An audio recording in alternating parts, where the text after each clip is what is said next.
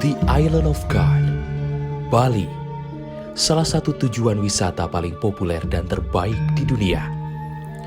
Adat budaya kental dan terus dipertahankan, tak peduli pengaruh luar membanjir.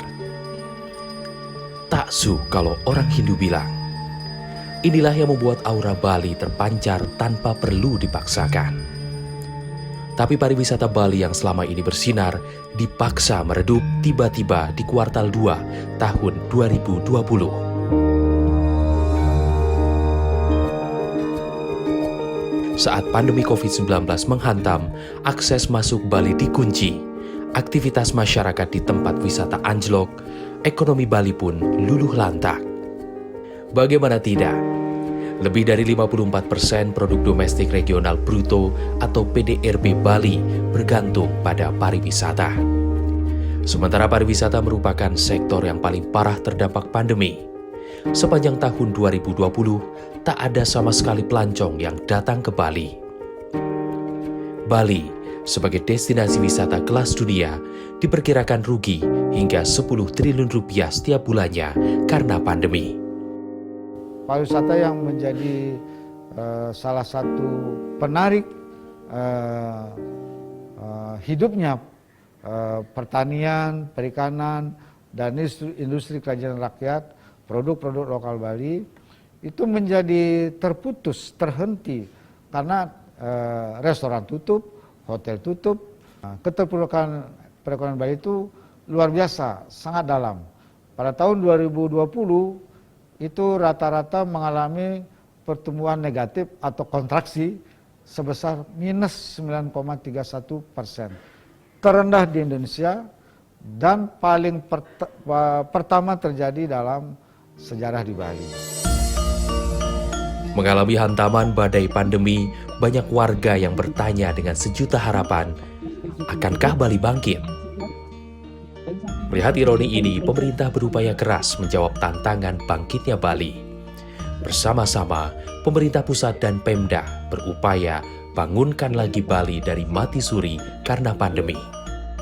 Dan kunci utama untuk pemulihan ekonomi Bali adalah kemampuan kita dalam menangani pandemi. Disiplin protokol kesehatan harus terus diterapkan.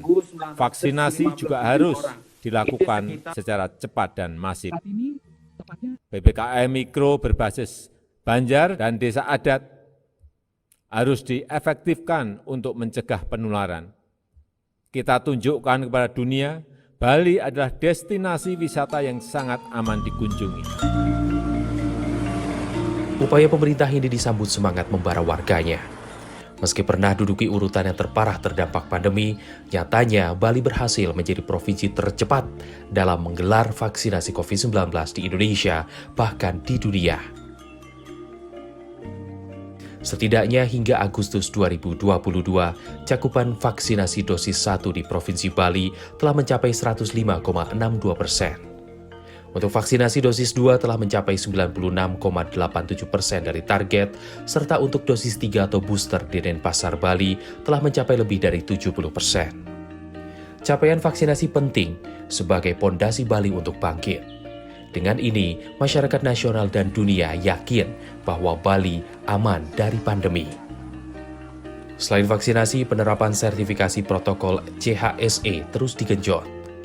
CHSE sendiri yaitu cleanliness atau kebersihan, health, kesehatan, safety atau keamanan, dan environment sustainability atau kelestarian lingkungan. Ini adalah ikhtiar Kementerian Pariwisata dan Ekonomi Kreatif untuk hotel, restoran, serta tempat wisata agar aman dari penyebaran COVID-19. Berkat capaian ini perlahan tapi pasti Bali mampu bangkit. Penerbangan internasional tanpa karantina kembali dilakukan mulai 7 Maret 2022. Setelah itu, kebangkitan pariwisata Bali mulai dirasakan. Jumlah kunjungan wisatawan mancanegara yang tadi saya sebutkan, sekarang sudah menggeliat sampai 963.333 orang. Di mana rata-rata hampir 9.000, 10.000 per hari jumlah kunjungan wisatawan mancanegara ke Bali. Dari 23 maskapai penerbangan. Agustus tahun 2022, pariwisata Bali telah pulih dan menggeliat. Terukur dari jumlah wisatawan yang datang hingga angka tingkat keterisian hotel yang semakin meningkat. Tempat-tempat wisata juga sudah ramai dikunjungi. Kerja keras pemerintah dan segenap warga Bali telah berbuah manis. Pulau Dewata telah terlahir kembali sebagai destinasi wisata yang aman.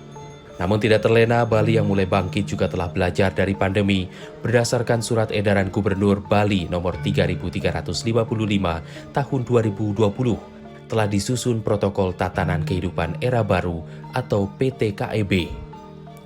Protokol inilah yang menjadi pedoman bagi 14 sektor di Bali mulai dari pariwisata, fasilitas kesehatan, transportasi, hingga kegiatan adat agar menjalankan kegiatan sesuai standar operasional tertentu. Ini adalah upaya menjaga Bali mampu bertahan bila suatu saat akan ada bencana alam ataupun wabah lain serupa COVID-19 melanda. Segala upaya membangkitkan Bali juga dilakukan oleh Dewan Kerajinan Nasional Dekranasda. UMKM segala jenis kerajinan dan produk lokal bernilai seni tinggi menjadi sumber utama dari bangkitnya ekonomi daerah. Lalu seperti apa cerita para seniman Bali yang terhempas oleh pandemi dan bagaimana mereka akhirnya mampu bangkit?